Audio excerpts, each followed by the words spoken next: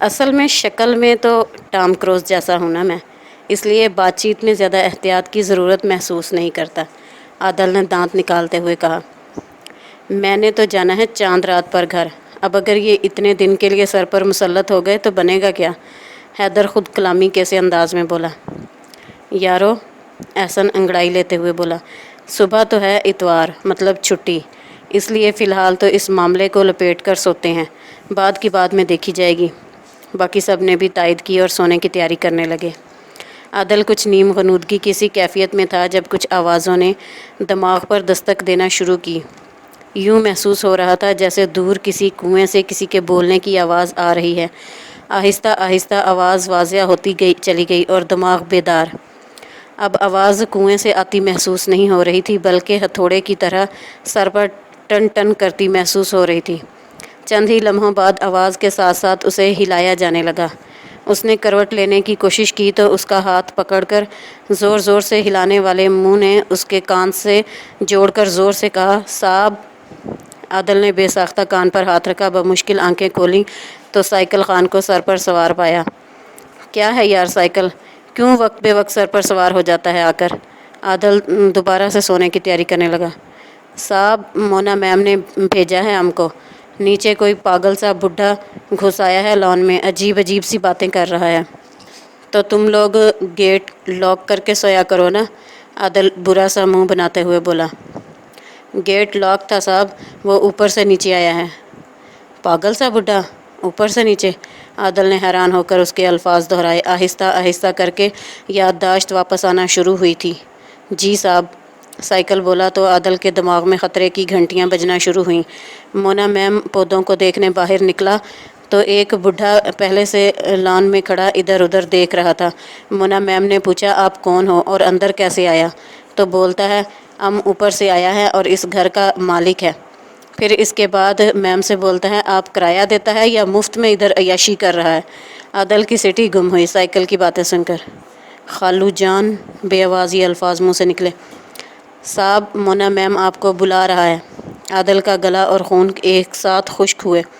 اچھا تم چلو، آ رہا ہوں میں، بمشکل ہمت مجتمع کر کے بولا۔ اس کے جاتے ہی عادل نے جھنجھوڑ کر باقیوں کو اٹھایا، صورتحال کی نزاکت کا احساس دلایا۔ سب سے زیادہ برا حال حیدر کا تھا۔ اب کیا ہوگا؟ کیا ہو چکا اور کیا ہوگا یہ تو نیچے جا کر ہی پتہ چلے گا، اٹھو اور چلو۔ وہ آگے پیچھے اتر کر نیچے آئے تو مونا میم اور خالو جان کو ایک دوسرے کے مد مقابل پایا۔ چاروں کچھ ڈرتے کچھ گھبراتے ہوئے آگے آئے۔ السلام علیکم۔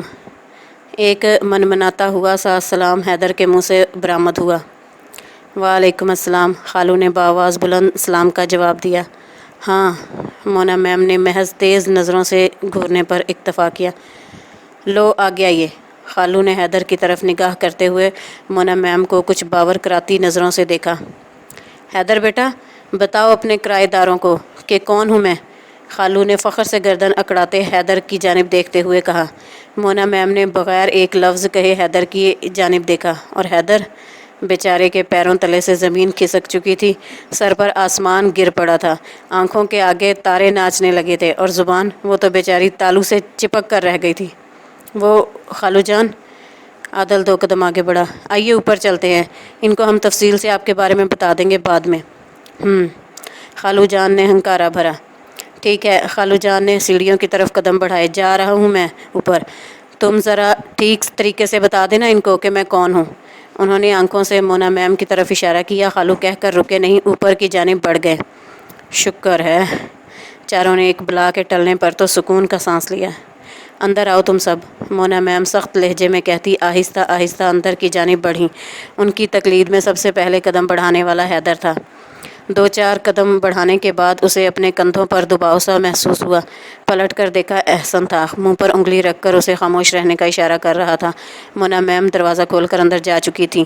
بس چند لمحوں کی بات تھی، ان چاروں نے سر جوڑ کر کچھ راز و نیاز کیے اور مونا میم کی عدالت میں پیشی کے لیے تیار ہو گئے۔ مونا میم سنگل صوفے پر براجمان تھیں، سامنے چاروں مجرم کیسے انداز میں سر جھکائے کھڑے تھے۔ تم لوگ مجھے بتاؤ گے کہ یہ بڑے میاں کون ہیں اور بار بار مجھے کرایہ دار کیوں کہہ رہے ہیں؟ مونا میم کی زیرک نگاہیں بہت دھیان سے ان سب کے تاثرات کا جائزہ لے رہی تھیں۔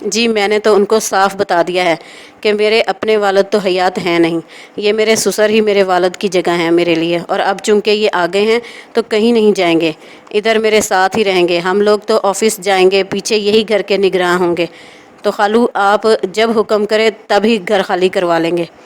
حیدر کی تقریر نے ماحول پر ایک فسون سا طاری کر دیا تھا، اور خالو ان کو تو گویا خرید ہی لیا حیدر نے۔ عادل نے شدید جذباتی ہو کر تالیاں بجانا شروع کر دی۔ خالو نے سخت بے مزہ ہو کر عادل کو دیکھا۔ بات سنو لڑکے، انہوں نے عادل کو مخاطب کرتے ہوئے کہا، تم اپنا علاج وغیرہ کرواؤ، تمہاری ذہنی حالت مجھے کچھ ٹھیک نہیں دکھ رہی۔ میرے خیال سے عادل بھائی سائیکاٹرسٹ کو دکھا ہی دیں، آج کے دن میں یہ مشورہ دوسری بار مل رہا ہے آپ کو، انس اتنی مدھم آواز میں بولا کہ صرف عادل سن سکے۔ عادل نے محض اسے گھورنے پر اکتفا کیا۔ اچھا کیا حیدر بیٹے جو تم نے اچھی طرح طبیعت صاف کر دی بڑی بی کی، ایسے حکمیہ انداز میں بات کر رہی تھی مجھ سے جیسے کرائے دار نہیں مالک مکان ہوں۔ حیدر سمیت سب بغلیں جھانکنے لگے۔ اچھا بھائی ایسا ہے تمہارا گھر دیکھنا تھا، دیکھ لیا، تسلی ہو گئی۔ کل 27ویں رات ہے اور کل سے ہماری مسجد میں تراویح میں دورہ قرآن شروع ہوگا، لہٰذا میں رک نہیں سکوں گا، آج ہی عشاء کے بعد واپسی کے لیے نکلوں گا۔ یاہو! عادل کے منہ سے بے ساختہ ہی خوشی اور جوش سے بھرا نعرہ برآمد ہوا۔ کم بخت معاملہ خراب کر کے چھوڑے گا، احسن نے غصے سے اسے گھورا۔ خالو نے بات ادھوری چھوڑ کر سخت غصے سے عادل کو دیکھا۔ عادل بیچارہ صوفے کے کونے میں دبک کر بیٹھ گیا، منہ پر انگلی بھی رکھ لی۔ حیدر بیٹا، خالو نے حیدر کو مخاطب کیا۔ جی، تابعداری سے ان کی جانب متوجہ ہوا۔ یہ ان کرایہ داروں کی چھٹی۔ سب کا سانس ایک ساتھ رکا۔ کرنے کی ضرورت نہیں ہے، ایک لگی بندھی آمدنی آ رہی ہے، آتی ہی رہے تو اچھی بات ہے۔ سب سے پہلے حیدر نے رکی ہوئی سانس خارج کی۔ جی بہت بہتر، حیدر فوراً ہی مان گیا۔ اچھا یہ بتاؤ گاڑی کہاں ہے تمہاری؟ نظر نہیں آئی مجھے نیچے۔ کون سی گاڑی؟ حیدر پوچھنے ہی لگا تھا، بس بروقت دانتوں تلے داب لی زبان۔ جی وہ گاڑی اصل میں، مدد طلب نظروں سے احسن کی طرف دیکھا۔ محب اللہ دوست ہے جی بڑا گہرا ان کا، وہ لے کر گیا ہے۔ احسن نے جلدی سے بات مکمل کی۔ اتنی قیمتی گاڑی دوست کو کیوں دے دی؟ سخت ناراض لہجے میں انہوں نے حیدر سے استفسار کیا۔ وہ اعتکاف میں بیٹھنے جا رہا تھا تو، حیدر بولا۔ تو اعتکاف میں کیا گاڑی میں بیٹھنا تھا؟ خالو حیران نظر آئے۔ نہیں، روزہ رکھ کر بیچارہ بسوں ویگنوں میں کہاں دھکے کھاتا، تو میں نے سوچا گاڑی میں چلا جائے گھر۔ چلو خیر، اچھا کیا، نیکی کا کام ہے۔ جی بہت ہی نیک ہیں ماشاءاللہ، سیدھے جنت میں جائیں گے۔ عادل کی زبان میں پھر کھجلی ہوئی۔ حیدر بیٹا اس بچے کا علاج تم اپنے خرچ پر کروا دو، اس کا بھی خاصا ثواب ملے گا۔ خالو جوان نے تیز نظر عادل پر ڈال کر حیدر کو مخاطب کیا۔ جی۔ حیدر کو اس سے زیادہ مناسب لفظ نہ مل سکا جواب کے لیے۔ حیدر خالو کو اڈے پر چھوڑ کر واپس آیا تو اس کے یار دلدار خوش گپیوں میں مصروف تھے۔ چلے گئے؟ انس نے حیدر کو دیکھ کر پوچھا۔ ہاں چلے گئے۔ حیدر دھپ سے صوفے پر گرتے ہوئے بولا، اور اب تم لوگ بھی بوریا بستر سمیٹ کر روانہ ہونے کی تیاری کرو۔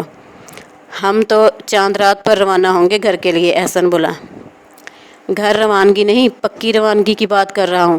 خالو جاتے جاتے کہہ کر گئے ہیں کہ کرایہ داروں کی تو خیر ہے، مگر ان مفت خوروں کو چلتا کرو یہاں سے۔ مفت خوروں نے بات سمجھ کر پہلے ایک دوسرے کو دیکھا، پھر چاروں کا ایک مشترکہ کہہ کا رات کی تاریخ